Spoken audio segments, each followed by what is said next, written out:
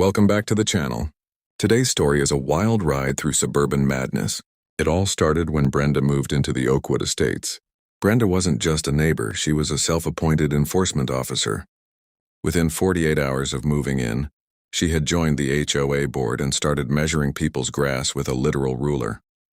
My friend Mark, a chill guy who just likes to garden, was her first target. He received a fine for his mailbox being the wrong shade of eggshell white. The neighborhood was peaceful for 10 years, but Brenda decided that peace was boring. She began patrolling the streets at 6 a.m. in a golf cart, writing down license plate numbers of anyone parked on the street for more than 20 minutes. The tension was thick enough to cut with a lawnmower blade.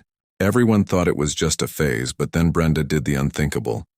She tried to ban the neighborhood's annual 4th of July barbecue, claiming the smoke from the grills was a respiratory hazard for the local squirrel population. That was the spark that lit the fuse. As the weeks went by, Brenda's demands got weirder. She installed high-definition security cameras facing the street, but they were angled suspiciously toward people's front windows. When the neighbors complained, she cited a forgotten 1984 bylaw about visual security integrity. The community was divided. Half were terrified of her fines, and the other half were plotting a suburban revolution.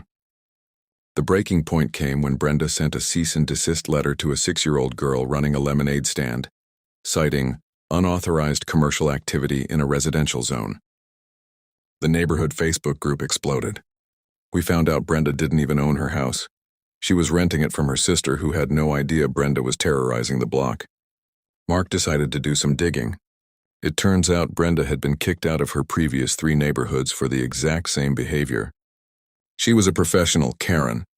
We realized that to beat a bureaucrat, we had to use her own weapons against her, the HOA rulebook itself. The final showdown happened at the monthly HOA meeting. Brenda arrived with a stack of violation notices 3 inches thick. She thought she was going to dissolve the board and take full control. But Mark stood up with a smirk.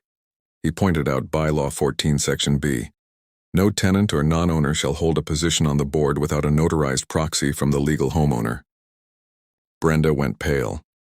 We had contacted her sister, the actual homeowner, who was horrified to learn about the legal threats Brenda was making in her name.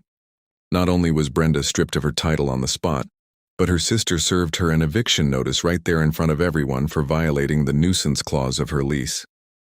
Brenda tried to scream about her rights, but the room just started clapping. 2 weeks later, the golf cart was gone, the cameras were down, and the lemonade stand was back in business.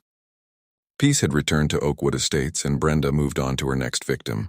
If you enjoyed this neighborhood justice, make sure to subscribe for more crazy stories to Best with B12. Thanks for watching. Don't forget to like and subscribe to Best with B12 for more HOA and Karen drama stories every week.